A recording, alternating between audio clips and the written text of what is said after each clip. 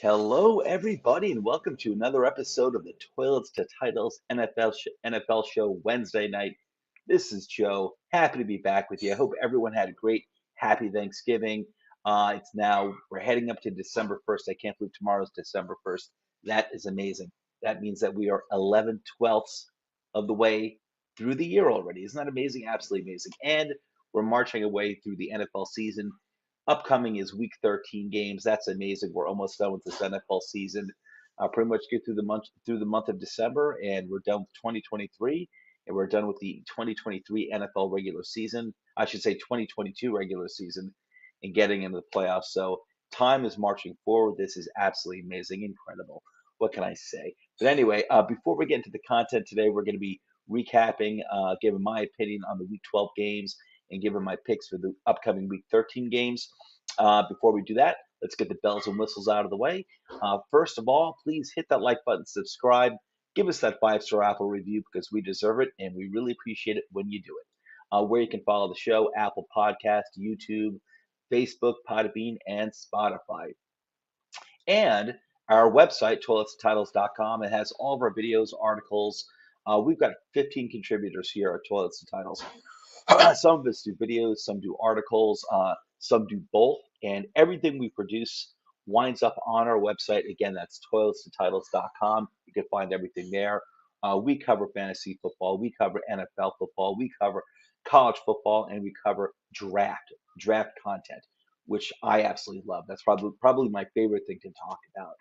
But check it all out. It's all on our website. I'm really proud of that website. And last but not least, if you go to patreon.com/toiletsandtitles, you can learn how you can further support the show. And I want to give a hearty shout out to our Patreon supporters. We really appreciate you and how much you appreciate us. Thank you so much for your additional support. Now, let's get into the juicy content. We're going to start off with let me get that out of the way there. Let me get that out of the way there. And the first game of last week, we had 3 Thursday games because it was Thanksgiving. I love Thanksgiving, love the holiday, love being with family, and I love the 3 football games. It's wonderful. What a wonderful holiday. Anyway, the first game kicking off last week was Bills and the Lions. The Bills are now 8-3. They defeated the now 4-7 Lions. The final score was 28-25. I want to give a shout out to the Detroit Lions for making this a heck of a game and a heck of a way to kick off NFL Week 12. Lions have been super hot for the past few weeks. They've been living up to the potential. They're a good, young, talented team that's headed in the right direction. I really like the Lions. I do like Dan Campbell.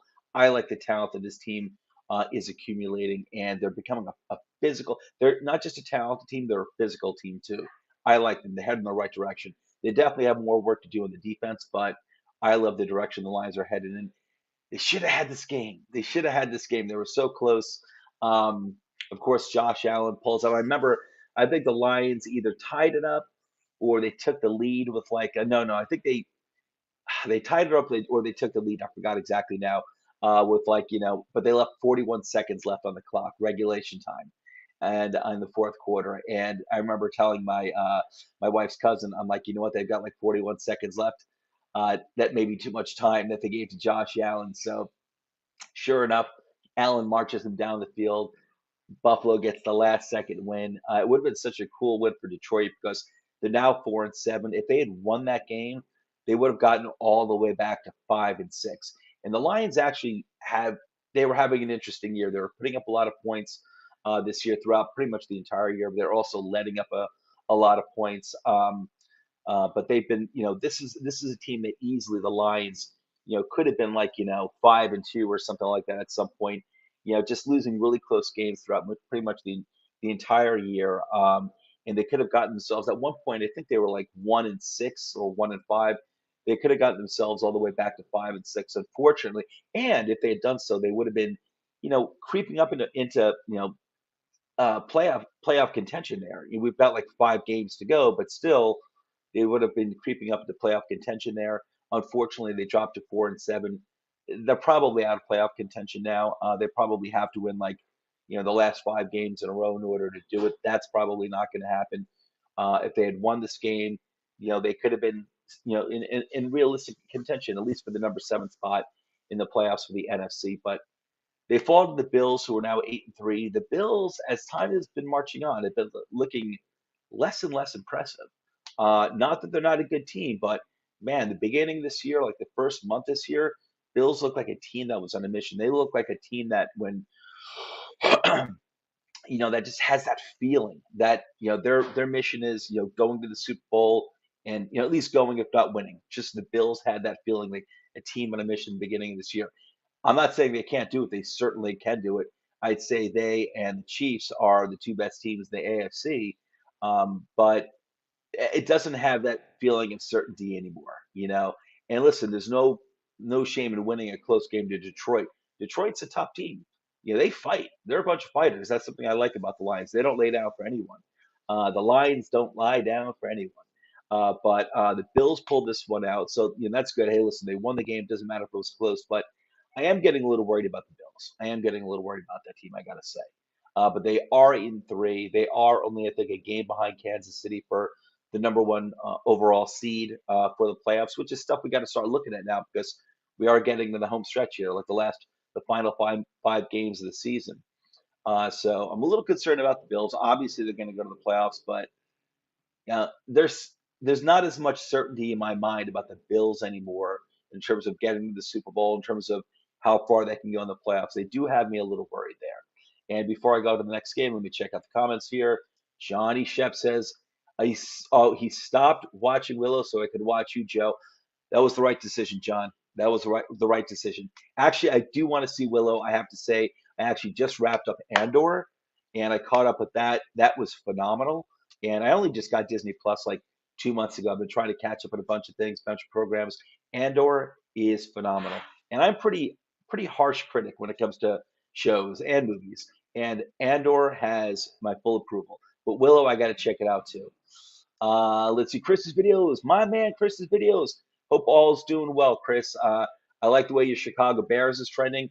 I know they only have like 3 wins, but the key thing, Justin Fields, your young quarterback, you have the quarterback of the future. You have your franchise quarterback. Justin Fields is looking really good, my friend. And let's move on there. Chris is responding, John. Chris says, nothing much, just finished 8 pages of homework. Chris, good man. Get that homework done. That's the first thing my son does whenever he comes home from school every single day before he does video games or hooks up with his friends. He gets his homework done, and he's a darn good student. Really proud of him. Swift or Pacheco? Chris's videos. You know what, man? Swift hasn't been the same DeAndre Swift from earlier this season. Uh, I'm still not a big. I'm going to go Swift, Chris. I'm going to go Swift. I know the Lions have Jamal Williams, and he's been killing it. He's been doing a great job. Um, but I still like Swift more. I know Swift is not the same player that we saw earlier this year before his injury. I know he's not on the field. He's not playing as well as he had, but Pacheco had a really good game. I know he had like 105 yards recently. I don't. The thing that scares me with running backs and the Kansas City Chiefs is the Kansas City Chiefs. Their offense isn't really. It's the same thing with Buffalo Bills. They're not a run first offense. They don't have neither of those teams have that type of running back anyway. So I do get worried about game to game sustainability, that they're gonna keep this up. Say like a Derrick Henry or something like that. Not that Pacheco's Derrick Henry, but I get concerned they're not going to see the same amount of carries, the same amount of production. I don't feel like it's written into the game script for offenses such as Kansas City or Buffalo. Uh, Detroit's different. Their passing game's been really good. Don't get me wrong, but their running game has been very important to any success that they've had this year. Detroit. So they definitely have more of a running identity than I think Kansas City does. So I would go with Swift, but that's close, man. That's close. Who knows? That's a decision where I say Swift now, but I can see myself leading up to getting closer to this weekend's games where I change my mind, Chris. But for now, I'll say Swift. All right, let's move on to the next game. Hang on one second. All right, so next game was got that one wrong there. Hang on one second, guys. All right. Sorry, I'm a little slow right now. I just woke up from a nap like 10 minutes ago. So still a little foggy brain. Okay, so the next Thursday game was the now 8-3 Cowboys shellacking my Giants, who are now 7-4. Final score was 28-20. Don't let it fool you. The final score was really 28-13. There was a garbage time touchdown there at the very, very end of the game for the Giants, 28-20. Cowboys. I'll say this about the Cowboys. I think they're the best team in the NFC right now. I do. I realize the Eagles have only one loss, and they've been very consistent the whole year. The first time they played the Cowboys, it was without their starting quarterback, Dak. I have a feeling the Cowboys, next time they meet up, Cowboys probably will beat the Eagles. I have a feeling, I think the Cowboys are the best team in the NFC. I think I believe in their defense more than the Eagles' defense. The Eagles have a good defense. I like the Cowboys' defense more. And I think the Cowboys' offense, while not as talented or as explosive as the Eagles, I believe in it more. I believe in it more. They've got the quarterback. I think their offensive line is good or absolutely good enough. Running game has been good, especially with Pollard. Zeke had a good game against the Giants, but Pollard's really been stealing the show most of the season. And the wide receivers have really been coming around, really putting up some nice numbers, consistent numbers. Also Dalton Schultz as well. Ever since Dak came back, which coincided with Schultz getting healthier from his injury. And when he came back his first few games, I don't think he was 100% healthy. He was also playing with the backup quarterback, Cooper Rush, but they got Dak. Schultz is looking really good now. The wide receivers are putting up numbers that you want to see from a good wide receiving core. I think Dallas has it all. And I really think they're the only team in the NFC that can compete against the Eagles. I don't really think the Vikings can do it. I don't think they can really do it. But I do think the Cowboys can. I think this is the team right now. This is the team I'm picking to go to the Super Bowl to represent the NFC, the Cowboys. They took care of my Giants again. Giants are real, and they get to a point where, listen, I love this coaching staff of the Giants, and I always felt like this team, the Giants, had much more talent than their record indicated last year. Not that it was Super Bowl bound talent, but they had talent to win games, and that's what the Giants were doing. They did get to a point a few weeks ago where it was way too many injuries to overcome.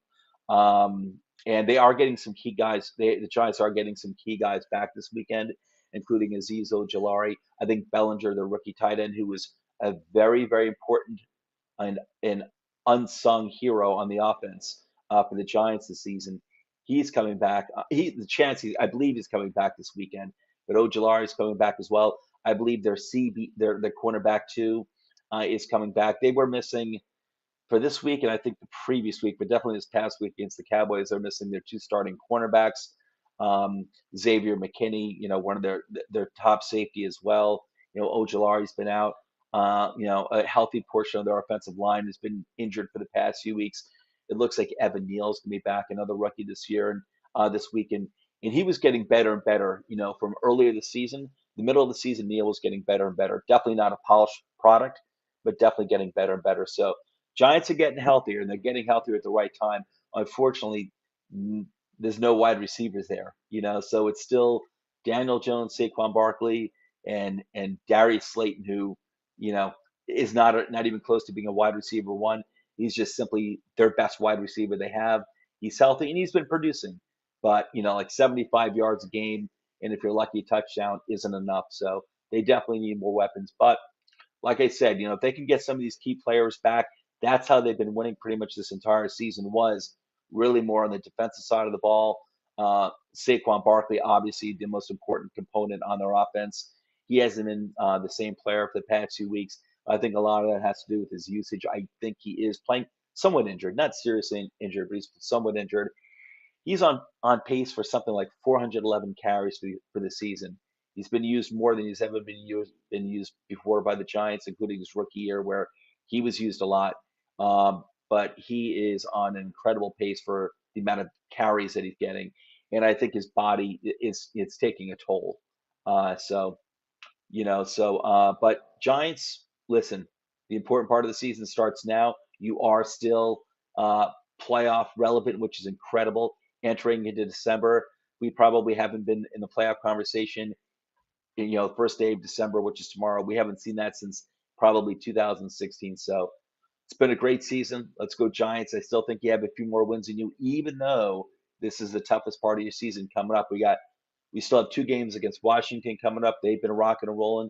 We still have two games against Philadelphia, and you have a game against Indianapolis, who, I know they lost the other day. We'll get into that later, but it's still not a pushover. And the Giants aren't a team that's pushing anyone over anyway. So, but Giants, you can still do it in terms of making the playoffs, getting some key guys back, but we'll see if that's enough. We'll see if that's enough. Okay, the Vikings 9-2 defeated the Patriots, who are now 6-5. Final score was 33-26. Yet another really good Thanksgiving game, and Patriots had a really good chance of winning that game. They were there.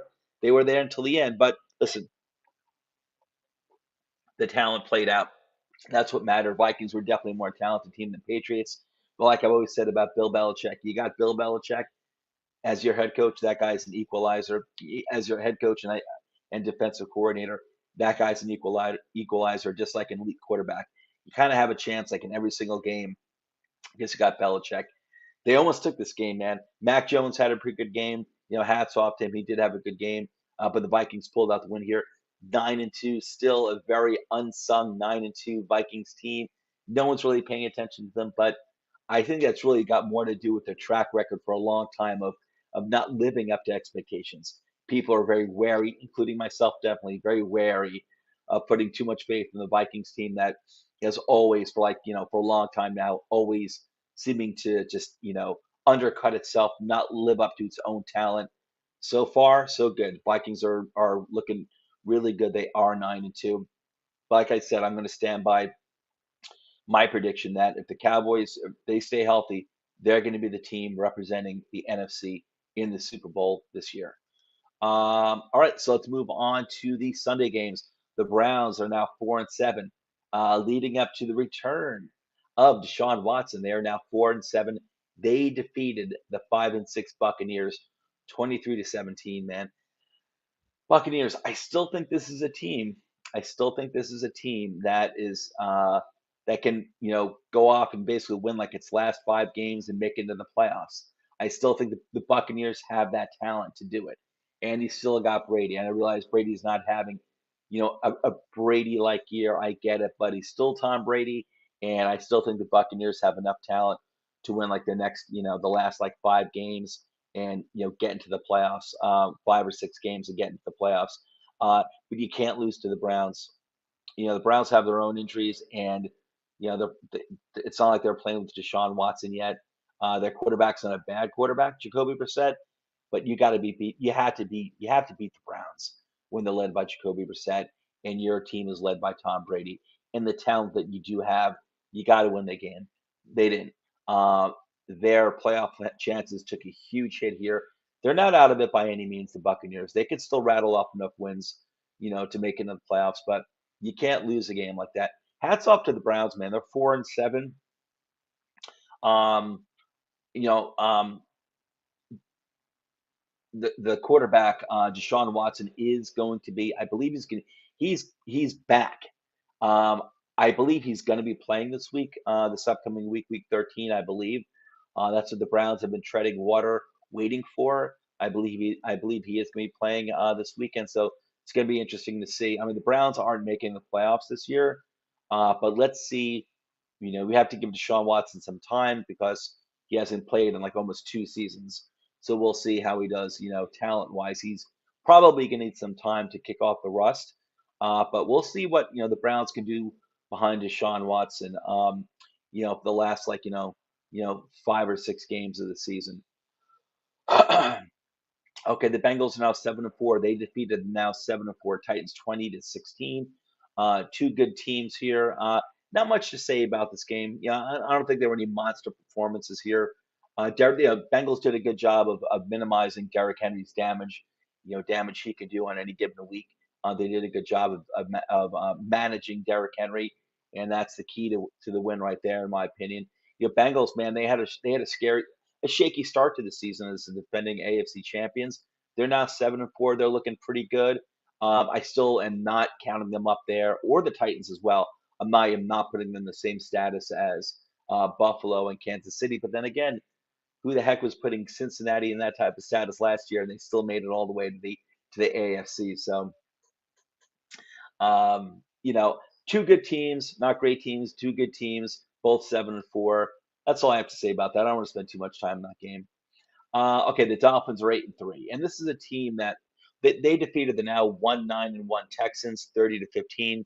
Texans, as you probably know, made a quarterback change. They sat Davis Mills, and they started Kyle Allen. Um, I don't really see the point in that, to be honest with you. Kyle Allen's not going to be doing anything. Obviously, the Texans will be drafting a quarterback in the first round of 2023. I don't see the point in making that switch, even if you're not, even if you feel like you're moving on from Davis Mills. I don't know. I'd still give him the rest of the year. Kyle Allen's garbage, hot garbage, in my opinion. Anyway, the Dolphins took care of business here, 30-15. Another great game by Tua, his wide receivers. Jeff Wilson Jr. had another good game, and they're now 8-3. I'm not putting Miami up there. I know Miami beat Buffalo early this season. I still believe in Buffalo more than Miami. But Dolphins are a serious threat to any team with those two wide receivers, Tyreek Hill and Jalen Waddle, and the way Tua's been playing, like at an MVP level, really, really good with those two wide receivers. You can never count out the Dolphins, and their defense is good. The defense is solid. So and Jeff Wilson, man, Jeff Wilson Jr. He's a good running back. I like that dude, and I thought it was such a cool pickup when he was released by San Francisco. I wasn't shocked at all that he was picked up by Miami, given that Miami's head coach was the 49ers offensive coordinator up until last year. I thought that was a perfect spot for him to go to, and as soon as he went to Miami, I picked him up in every single fantasy league that I possibly could because I knew he was going to be the starting running back soon enough, either because he was going to beat out Mostert or Mostert was going to get injured. Mostert is one of those guys who's just an injury waiting to happen. Sure enough, Jeff Wilson Jr., RB1 in Miami right now. I'm loving it. I love Jeff Wilson Jr. Dolphins are a threat to any team. I still think Kansas City and Buffalo are the two best teams in the AFC, but Miami is a threat to any of them, including Kansas City. And Miami can go to the Super Bowl this year. I'm not buying into them too much because Tua is still I like Tua, but he's still a young quarterback. Going against a team like the Chiefs, led by Mahomes, who's in the playoffs every single year, back-to-back Super Bowl appearances, Andy Reid, it's asking a lot. I'm not saying it's impossible, far from it. It's kind of asking a lot to, you know, beat a team like Kansas City or even Buffalo, who's been playoff tested for the past few years too. So I think that playoff experience really counts for a lot. And so I think that's kind of hinder the Dolphins there. But man, Dolphins have that talent between the quarterback and the two wide receivers to beat anyone on every given day, on any given day. Okay, let's move on to the now 7-4 Jets, who defeated the now 3-9 Bears 31-10. Again, Chris's videos, if you're still out there watching this right now, again, I just want to say you got the quarterback of the future. You have your franchise quarterback. That's the most important thing for this year is I certainly know, I have no doubt that Justin Fields is your franchise quarterback for like the next, 15 years. That's the most important thing. You can build from that. You got that piece. You build out from there. You get this guy some, good wide receivers going down the line. You get this guy a good offensive line. Those are the most two important things. You got the quarterback, now build around him. But you got the quarterback, and that's the hardest thing to get. The Jets are now 7-4. Interesting how they've been doing this because their second-year quarterback has not been good at all. He did not play. He was sat out by the head coach. That is Zach Wilson for this game. It was Mike White at the helm. I actually thought it should have been Flacco because he actually had like a few good games early this year for the Jets, and that's when their offense started really taking off. When Zach Wilson was injured earlier this year, and I thought it would be Joe Flacco because the offense did perform really well under him. No, head coach went with Mike White, and Mike White had a really good game this week, just like he did. What was it last year or the year before that? Mike White showed up. Everyone's a big Mike White fan now. Hey, this guy's not a starting quarterback in my mind. Certainly not. But the guy definitely can play football, and the guy definitely has it in him to, you know, in a crunch, if you need a, guy who's injured, or if you need to sit your young quarterback because he's sticking up the joint, Mike White can come in and perform really well. He's definitely capable of doing that. And the Jets, the Jets took care of it. They beat up a team that they should have beaten up. The Jets defense is really damn good, man. Really damn good. Especially that Sauce Gardner, man. Rookie cornerback out of Cincinnati, just looking awesome. But listen, man, Mike White's there. When these other quarterbacks, Mike White and Joe Flacco, have been leading the Jets offense, when they've been the quarterbacks, the Jets wide receivers unsurprisingly look really good. Garrett Wilson, Elijah Moore, looking really good. Elijah Moore wanted out of here a few weeks ago, um, and he had a really good game. It all goes back to Zach Wilson. Garrett Wilson looked awesome for the Jets, looked really good, and it all goes back to Zach Wilson. I was never really all that into Zach Wilson coming out of last year's draft. Anyway, to be honest with you, anyway, I didn't think he was all that great. And I do think the guy's a jerk. I think he's a young idiot. I think he looks like a tool, to be honest. The guy looks like a tool. It looks like he kind of tries too hard in his appearance there. But what really turned me off about the guy too was when he sent out this tweet earlier this season, um, when it came out that Brady and Giselle were getting divorced. Zach, sent out this tweet, something like Zach Wilson is available for Giselle, something like that. And this is on the heels of him apparently having an affair with his mom's friend. So I think Zach Wilson just sounds like a tool. I think he sounds like an idiot, and he doesn't look like an NFL quarterback. That could change. Maybe he can wind up being an NFL quarterback. Maybe he can wind up being good. But I'm just saying that I never thought the guy was all that great to begin with. Uh, and he's been looking like crap ever since he was drafted. Really has looked like crap. And I think the Jets offense, that team is probably just done with him.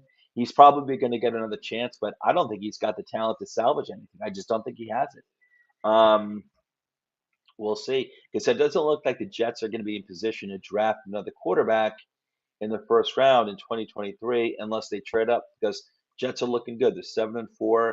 They got a good shot to make the playoffs. They're looking really good, the Jets. So, they could always, trade up to get a quarterback. They could always do something like that, but or they can give Zach Wilson another chance. I don't know, man. I think he's striking everyone the wrong way over in Jets land. So I wouldn't be surprised if this is the last season. It's all on him. I assume he's going to get another chance to lead the offense pretty soon this season, and he's got to do what he can, because he has not looked good at all. He's really shown nothing. I mean, I Zach Wilson, like, I've never seen so little from a quarterback taking number. I think he was number 2 overall last year. I've never seen so little from a quarterback. Like, he's really shown nothing, Zach Wilson, at all in almost 2 seasons. So I'm not, like I said, I was never sold on the guy to begin with. He looks even worse than I ever would have expected. So, and it seems like nobody likes him over in Jetsland anyway. Understandable. So he might not be around for long at all, and it'll be on him. All right, the Commanders are now 7-5. Man, I remember the Commanders had like one win just a few weeks ago. Here they are, 7-5, crawling out of the bottom, crawling out of the pit of the NFC East, which is a good division this year. With the Eagles, the Cowboys, and you can say whatever you want about my Giants, but they are 7-4. The Commanders now 7-5. They're only half a game out of the third spot in the NFC East. The Commanders are very playoff relevant right now, and they're looking good, especially ever since they switched quarterbacks. Ever since Carson Wentz went down with an injury, you're not going to be seeing Carson Wentz again. This is definitely the Taylor Heineke show. Commanders offense has been responding. Also around the same time, Brian Robinson Jr. came back from his injury when he was shot in the offseason. He came back. He's been getting better and better every game. They have a bit of a two-headed running back monster over there, Brian Robinson Jr. and Antonio Gibson, who's been playing well. The wide receivers, McLaurin's looking great with Heineke at the helm. Um, and the Commanders defense has been playing well as well. They've got Chase Young back. I think they got him back just this past week, I think, from his injury. So Chase Young is back. Commanders, as far as I know, are pretty darn healthy. They're pretty darn healthy. So they are in good position to keep winning games. They're playing my Giants this upcoming week. That's a key game for both teams. They defeated the 5-7 Falcons. The Fighting Falcons is what I refer to them as. Final score of this game was 19-13.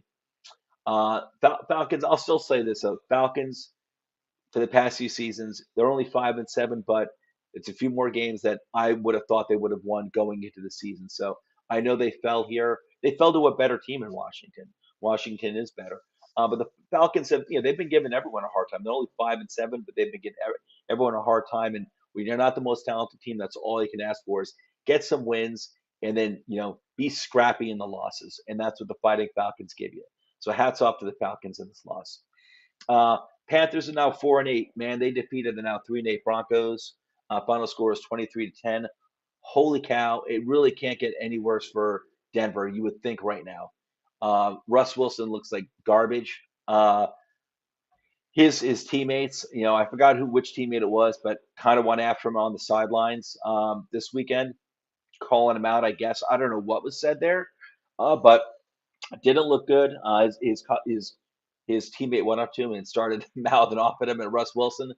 And you know what? It's ugly, man. It is ugly. And the thing is, there's nothing they can do with Russ Wilson. I mean, I would assume he's untradeable. I would assume no other team is going to take on that contract, of like $50 million a year or whatever he's getting for like the next 4 or 5 years. It's an immense contract. I think if anything, Denver would have to probably eat half of it if any teams even feel that Russ Wilson is worth even half that contract. Maybe there's a team out there that thinks that, hey, we can do better. We'll make Russ Wilson better. We'll put him in a better position. But still, you're going to eat like $25 million a year on an uncertainty like that. I don't think so. This is a really bad situation for Denver. Holy cow! Panthers pulled off the win. Final score is 23-10. Was never even really close here. Uh, and it's funny, Panthers are so limited that like they've got some decent pieces. They do, and especially on the defensive side of the ball, they do. They do. But Sam Darnold was at the helm of this game. Um, he got the win here. You know, uh, Deontay Foreman's been doing well as the RB1 ever since Christian McCaffrey was traded to the 49ers. But the hats off to the Panthers ever since they traded CMC, ever since they fired their head coach, Matt Rule, who's now the head coach in Nebraska. I love that move. I love that move for Rule. I love that move for Nebraska. I want to see Nebraska. I'd like to see him down the road sometime fairly soon in the next few years become an NCAA powerhouse in football again. I really like to see that with Nebraska, and I think Rule can possibly do it. He was a really good college head coach, and so I like Matt Rule there. I thought it was a stupid decision by the Panthers to not to hire him, but to give him like a 7-year deal. Absolutely ridiculous when they did that. But anyway, um, Panthers, man, you guys need to start a quarterback. If I were you, you really don't want to win too many more games because you're going to need a starting quarterback. And this is supposed to be a QB heavy draft coming up, top heavy draft. We'll see. We'll see who's entering the draft, who's not.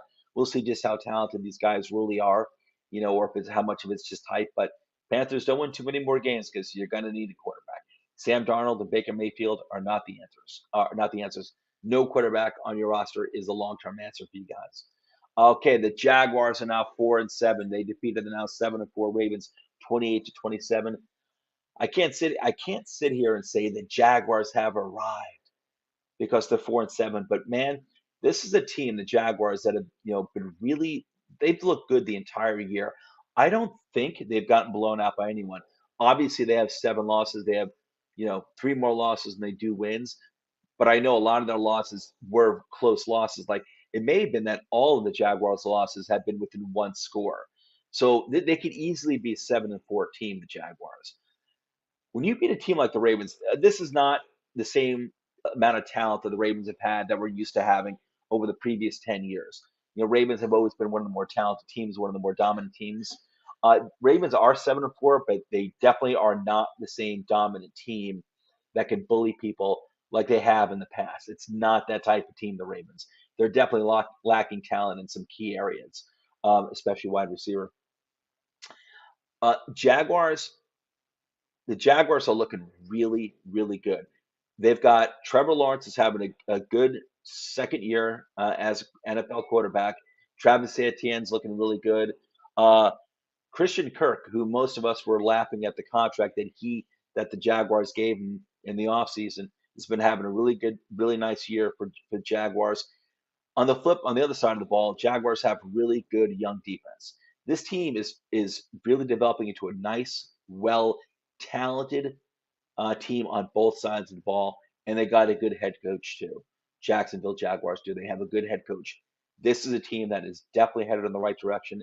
Jaguars are exciting. They're an exciting team, and man, I can't wait to see the leap, the jump that they can take next year. The Jaguars are in that type of position where they can take. I mean, I wouldn't even be surprised if they win the majority of their games on like here on out for the rest of the season. I don't see them making the playoffs, but I can see them possibly making a run here. Jaguars are a really talented team, and this is a team that next year it could be a real big bounce year for them, bounce forward. Jaguars are looking really good. I love the talent this team has accumulated, and they got the right head coach for this team. Definitely headed in the right direction. Ravens, I think they're right there, like with the Bengals and the Titans, just kind of like as also rans. They're probably going to make the playoffs, but I don't think they're going to be doing much in the playoffs at all. I definitely don't put them on the same level as Kansas City or Buffalo or even Miami in the AFC. Okay, let's move on to the next game. Chargers are now 6-5. They defeated the Cardinals, who are now 4-8, 25-24. This required a not last second, but late in the game comeback led by Justin Herbert. You know, he definitely played the part of the franchise quarterback, which he is. He is an elite quarterback. Chargers have not played like an elite team this year, and they're not going to. Um, they're not as good as we thought they were. I realize they were missing their top wide receivers for a while, and that affects things. That's obviously important. I get that, but they had problems before those guys went down too. Let's be honest. They still weren't looking all that good, but obviously getting Keenan Allen and Mike Williams back makes a world of difference. They defeated the Cardinals, who are now 4-8. Cardinals are done. Um, I'm not sure what's going on with Kyler Murray and the Cardinals over there, their head coach. A lot of talk that he may be gone. Uh, Cliff Kingsbury at the end of this year, we'll see what happens. But things are not turning out as they planned. If they gave Murray that huge contract in the offseason, that extension. Chargers are 6-5. They're obviously still very playoff relevant. Chargers are a shaky team though. I thought things were going to be much more certain with the Chargers coming into the season. Definitely hasn't been that way. Again, I acknowledge the injuries, but they were looking kind of shaky even before the injuries to the wide receivers. Wide receivers are back. Chargers should win some games, and they should make the playoffs. They should make the playoffs. But man, it's a wacky year in the NFL. It is. Okay, the Raiders are now 4-7. They defeat. I messed up over here. Who did the Raiders play again? Hang on one second, everybody. I messed up over here. The Raiders beat the Seahawks. Okay, let me change this here. Sorry about that, everybody. So the 4-7 Raiders beat the now 6-5 Seahawks. I gotta say I was surprised by that just because Raiders have been playing like crap the entire year, um, and the Seahawks have not. The Seahawks have been playing really, really well. Raiders got the big win here. Raiders season is pretty much done. It really is, and they're not going to the playoffs. Huge game by Josh Jacobs. He wound up putting up something like 50 fantasy points. I know I'm talking NFL. This is an NFL show, not a fantasy show, but I had to put it that way that he put up like 50 fantasy points because I know Josh Jacobs was the reason why a lot of fantasy teams won this past weekend and why a lot of teams lost this past weekend. It was the Josh Jacobs show. He had a monster game. Let me get that box score up here again. Josh Jacobs, 229 rushing yards, 2 touchdowns, and he had 74 yards receiving. Incredible, incredible. So Jacobs had he had 300 yards altogether combined and 2 touchdowns. Amazing game by Josh Jacobs. Really nice game by Derek Carr as well, who had 295 yards. He did have 2 interceptions, but whatever. He had 295 yards, 3 touchdowns, and he averaged 8.2 yards per pass. So good job there by Derek Carr, regardless of the interceptions. Uh, Kenneth Walker didn't put up a lot of yards, but man, running back for Seattle, but he did put up 2 touchdowns. Geno Smith had a really good game again. 328 yards, 2 touchdowns, 1 interception. Metcalf had 90 yards on 11 receptions. Big game by him. But whatever. Raiders got the win. I don't think it's going to mean much for the rest of the season. This is not a team that I feel is going to go on a tear to make it to the playoffs. I mean, they've got talent. They've got talent, but I think it's too late in the game for the Raiders. I think it's too late in the game for them.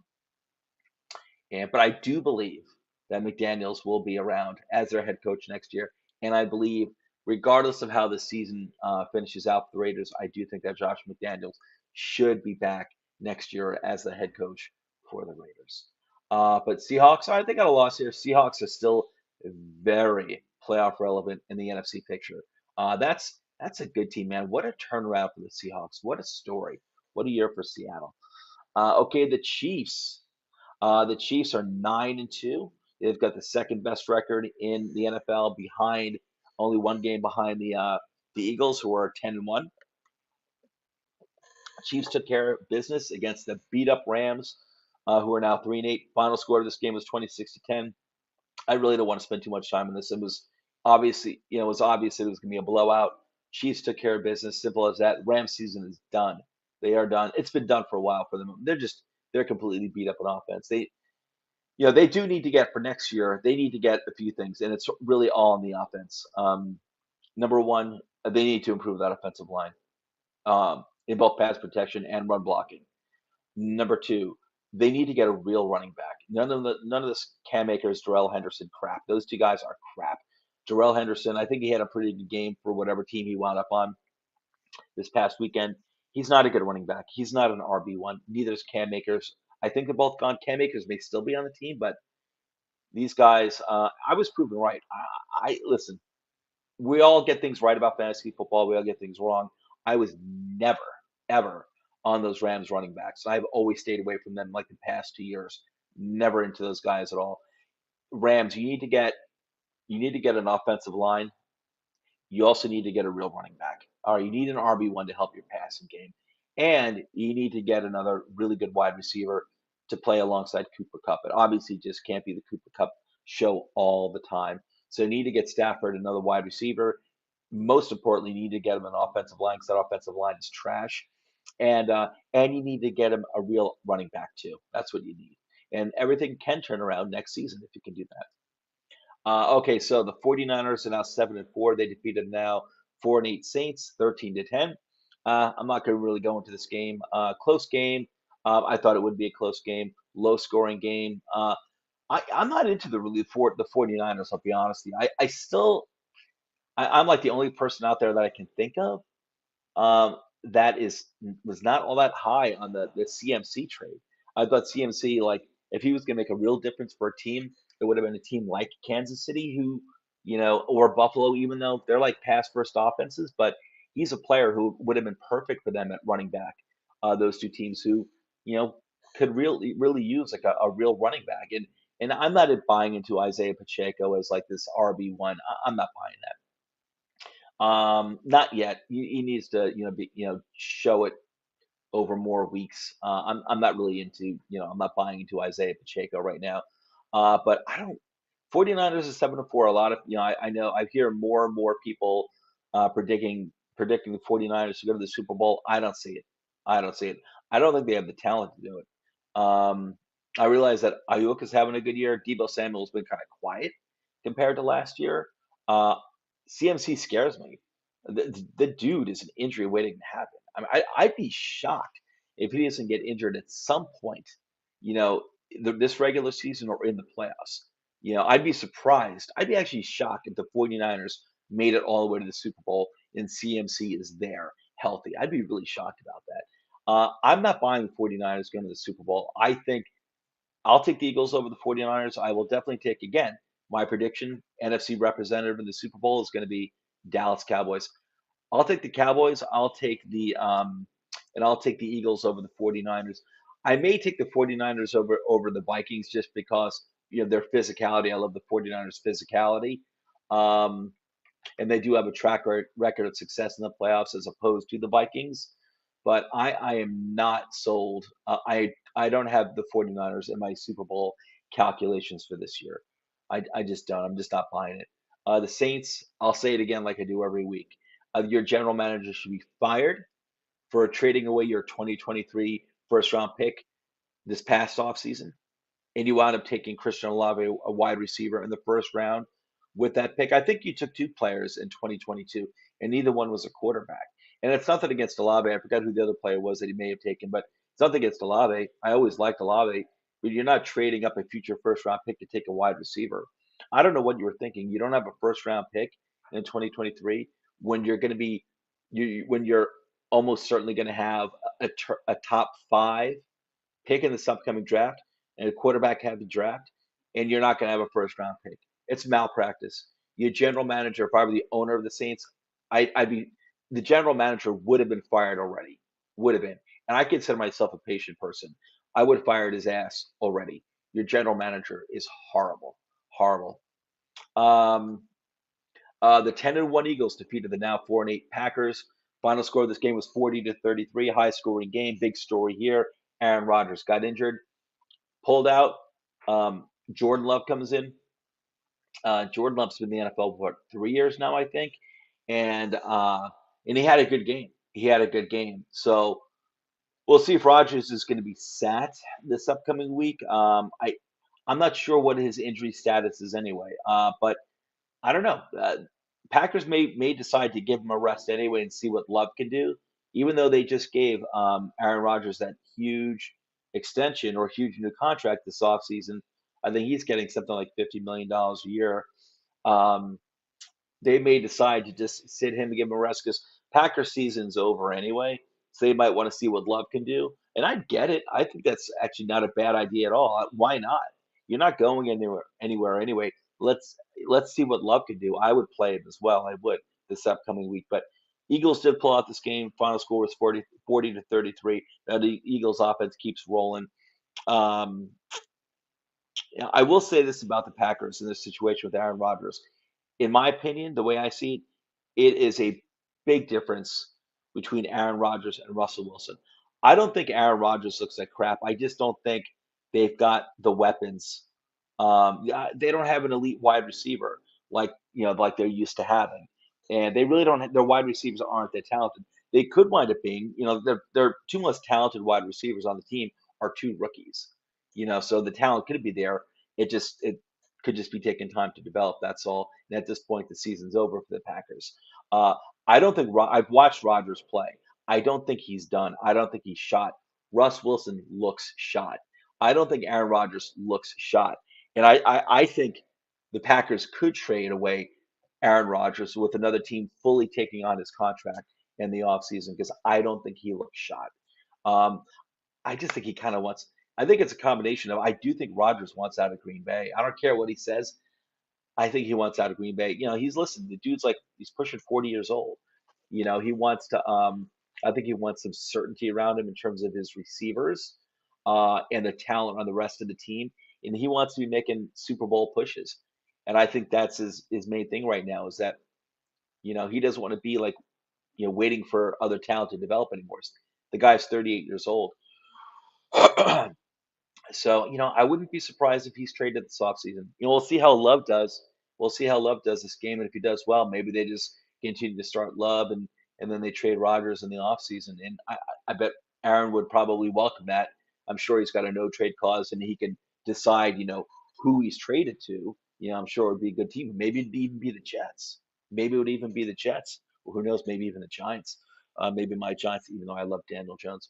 It could be the Giants or the Jets that maybe trade for Aaron Rodgers. If they're willing to trade Aaron Rodgers, I do think the Packers need to move on from the guy. To be honest with you, I do think they need to move on from him. He has, just like Brett Favre at the end of his career, Brett Favre was always playing these games of, and Brett Favre was not Aaron Rodgers attitude wise. Like the guy, he loved the Packers. He's never really wanted to not play for the Packers, but I know he was always caught between, playing or retiring at the end of his career. And finally, the Packers were like after like 3 seasons in a row of him saying that he was going to retire, and then he's unretiring in the offseason. Packers were like, we're moving on. It's done. I think it's kind of similar here with Aaron. I don't think that Aaron Rodgers is done talent wise. I don't. I just think he's. I don't know. I think he needs I think he needs to change the scenery. I think that's what Aaron Rodgers needs. Okay, the Steelers are 4-7. They defeated the now 4-7-1 Colts, 24-17. I saw this game.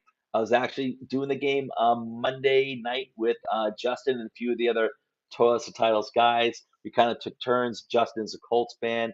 You know, he was doing the game live the entire game, and a few of us just kind of took turns quarter by quarter.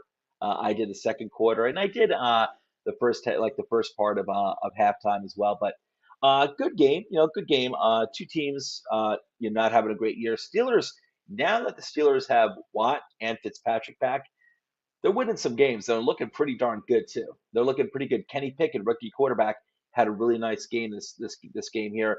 The Colts, though, what the Colts fans are saying is true. Like they need to run the ball more. They don't run the ball enough. And that's what they really got to do. The Colts, though, they are obviously going to be looking for a quarterback in the offseason. I'm assuming they're going to be, drafting a quarterback in the first round.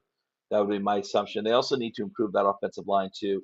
It's my understanding after speaking with, Justin and some other Colts fans that their run blocking is pretty good, but their pass protection is not good. That's got to change. So obviously, Colts will be looking for a young quarterback in the draft this year, and they need to beef up that offensive line. But there's both teams here. Listen, Steelers, they're looking much better with their defensive stars back, but their season's done as well. But Kenny Pickett looked good. And again, when you got a young quarterback, if you're not playing well, if your team's not playing well, your record's not good. Key thing is if you get like the Bears, if you can at least make certain that you've got that franchise quarterback who's young. That's the key thing because you can always build from that. That is the key thing. And Kenny Pickett, I'm not saying he looks like Justin Fields. He's not that type of quarterback anyway. Uh, he looked good. Kenny Pickett looked like a good, competent young quarterback. I gotta say. Okay, that takes care of the Week 12 games. Let's move on to my picks for Week 13. All right, here we go, everybody. First of all, my Week 12 results. I was 9-7 with the spread, and I was 11-5 straight up. And that was actually the same for my Week 11 results as well.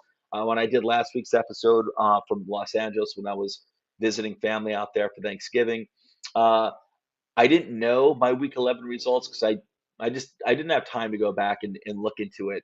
But it was very similar to my Week 12 results, pretty much 9-7 with the spread and 11-5 straight up. So pretty much 2 weeks in a row, similar results. Now for the season so far to date with the spread, I am 92, 84, and 4.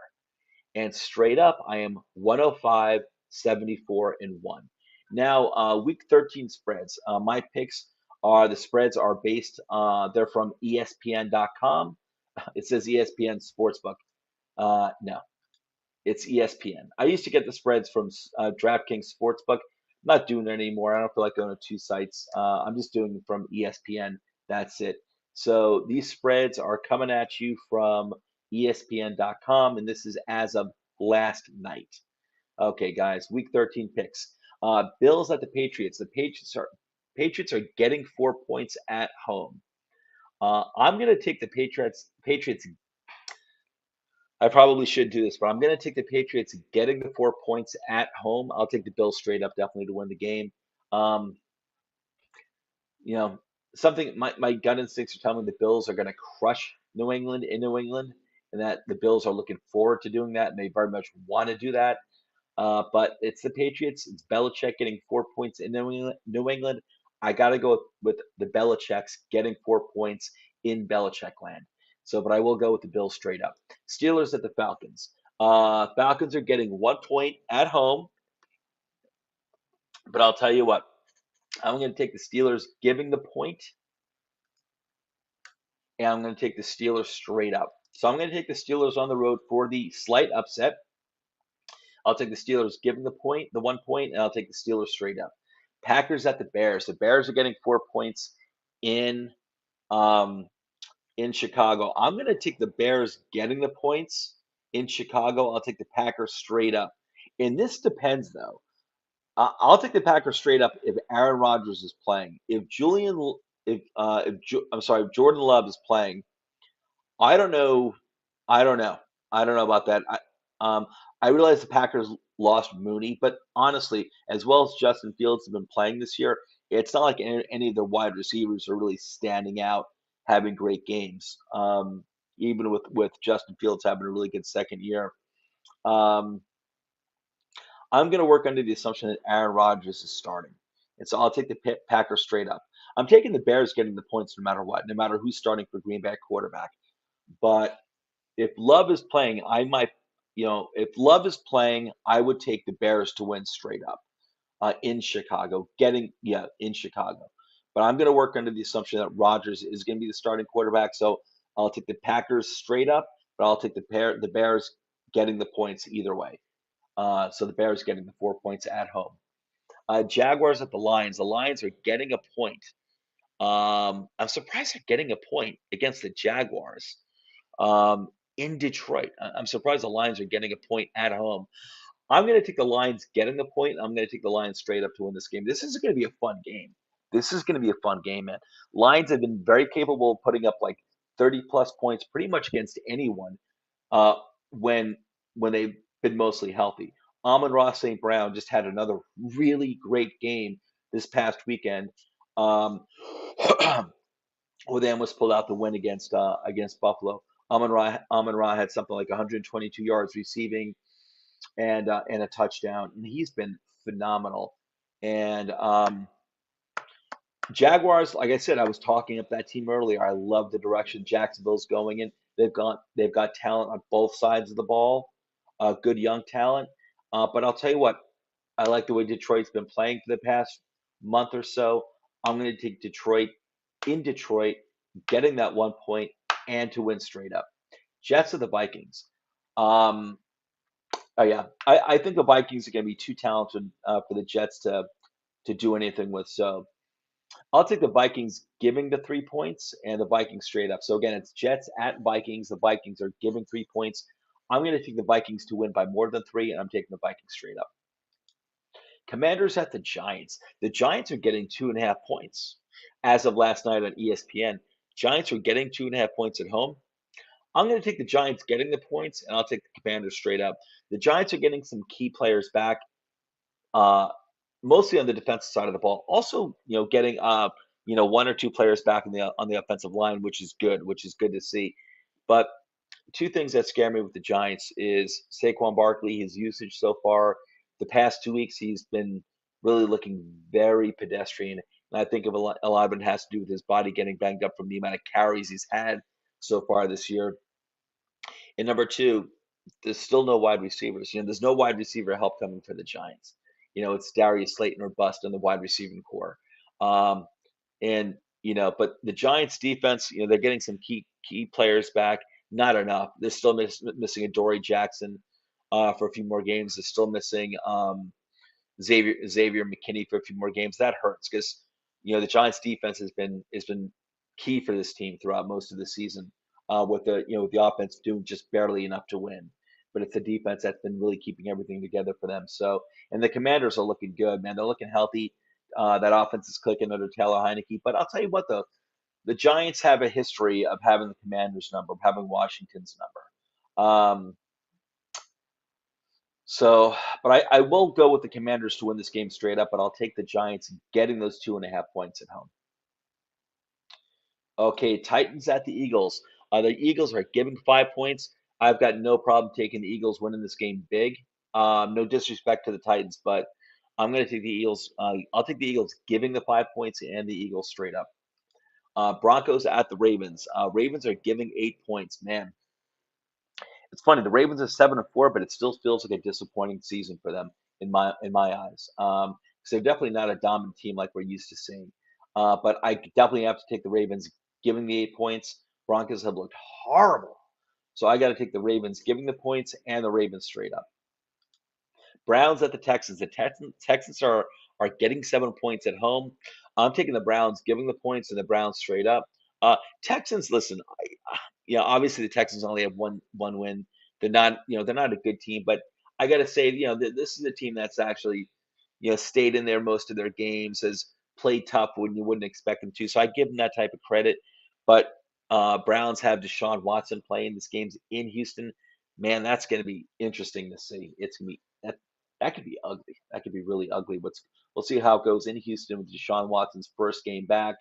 Um, and listen, in terms of his performance, I have no idea what to expect, except obviously he's very capable of running around. But in terms of passing the ball, he could wind up doing very well first game back. Deshaun Watson could wind up, having a heck of a passing game. But don't be surprised at all if the guy needs some time to kick the rust off. But I'll take the Browns, giving the points, the 7 points. The Browns straight up in Houston. They still have that great running game anyway, and Houston's got a horrible run defense. Seahawks at the Rams. The Rams, look at this. The Rams are at home and they're giving seven. I'm sorry, they're getting 7.5 points. The Rams are at home getting 7.5 points. But I gotta go. I have to go with the Seahawks giving the 7.5 points, and I have to go with the Seahawks straight up. The Rams are done. They're so banged up. They've got nothing. Without Cooper Kupp, they've got nothing. They've got no running backs. They've got no other wide receivers outside of Cooper Kupp. I believe Allen Robinson is now done for the year, and uh, and they've got no offensive line. It's basically a beat up Matthew Stafford. They should probably sit Stafford for the rest of the year.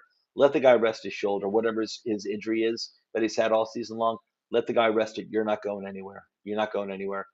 Really, the only player they have on offense that is decent is Higbee, and he's just a tight end. He's not exactly Travis Kelsey. You're not going anywhere. I'll take the Seahawks giving the 7.5 points in LA, and I'll take the Seahawks straight up. Dolphins at the 49ers. The 49ers are giving 4 points. So it's Dolphins at San Francisco. San Francisco's giving 4 points. I'm going to take the Dolphins getting the 4 points. Man, I'll tell you, I am really tempted to take the Dolphins in an upset over here.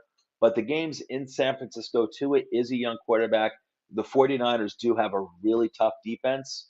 Um, so this is probably the game I'm looking forward to the most. This should be, I think, the most exciting game. These are two legitimate potential Super Bowl threats. I don't think the 49ers are going to represent the NFC in the Super Bowl, but they can. They can realistically. And I feel the same way about the Dolphins. I definitely have the Chiefs and the Bills both ahead of the Dolphins, um, but the Dolphins, have a legitimate shot to get to the Super Bowl, barring any injuries to key players.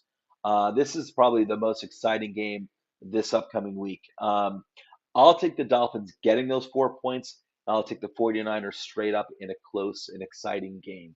That is a really interesting matchup. Chiefs at the Bengals. Bengals are getting 2.5 points at home against the Chiefs. I'm going to go with the Chiefs giving the points and the Chiefs straight up.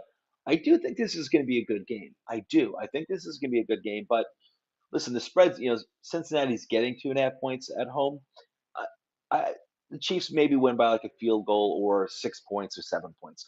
The Chiefs probably, I think they're going to win this game. It's probably going to be like a one score game, but I think the Chiefs will cover. So I'll take the Chiefs giving the 2.5 points. Now I'll take the Chiefs straight up. Chiefs are just clicking. They're clicking so well right now. Chargers at the Raiders. Okay, an AFC West divisional matchup here. Chargers at the Raiders. Raiders are getting 2 points. I'm surprised. The Raiders are getting 2 points against the Chargers. The Chargers have not looked like world beaters at any point this year. I realize Keenan Allen and Mike Williams are both back, but the Chargers at no point this year have looked like world beaters. I'm going to take the Raiders getting 2 points. I'll take the Chargers straight up. It's only a 2 point difference. I'm kind of just splitting the baby here. Um, I do think it's going to be a close game. I can easily take the Raiders straight up in this game. But Raiders obviously have been very disappointing the entire season. So I'll take the Raiders getting the 2 points at home. They're getting 2 points at home. But I'll take the Chargers straight up to win a close game. Colts at the Cowboys. Cowboys are giving 11 points. I'm taking the Cowboys giving the points and the Cowboys straight up. That's a big spread, and that it's scary to see double digit spread. That's scary. But yeah, I think the Cowboys are not going to have a problem. Matt Ryan, they're probably going to flatten Matt Ryan. The guy's pretty much a statue in the pocket. They're going to flatten that guy. They really are the Cowboys defense. I'll take the Cowboys giving the 11 points and the Cowboys straight up. Saints at the Buccaneers. What a snooze fest. Buccaneers are giving 3.5 points in this game. Saints have a history of playing the Buccaneers tough, even the Tom Brady Buccaneers. I realize the Saints are having a bad season as well. They've got something like 4 wins or something like that. But I'll take the excuse me. I'll take the Saints getting to the three. I'll take the Saints getting the 3.5 points. I'll take the Buccaneers straight up to win. And that's it. That'll be the Monday night game, Saints at the Buccaneers. So again, I'm going to take the Saints getting the 3.5 points. I'll take the Buccaneers straight up. And that is it for my Week 13 games. All right, everybody, before I get out of here, just a friendly reminder, here are all the Twitter handles for me and my compatriots here at Toilets to Titles. Not all of them, the vast majority of them. There still are some newer guys that have come on, like a month ago, that I still need to add. I keep saying I'm going to do it. I never do. I will get to it. I promise. I promise I will do it. Joe knows we'll take care of it.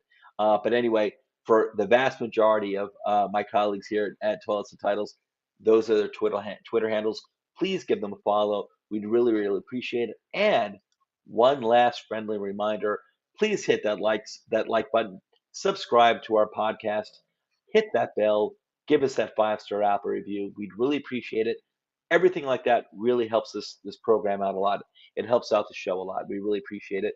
And we appreciate all the support, everybody. Anyway, that's the recap for the Week 12 games. Those are my picks for the Week 13 games. Enjoy your NFL Week 13, and I will see you next week. This is Joe Knows signing out.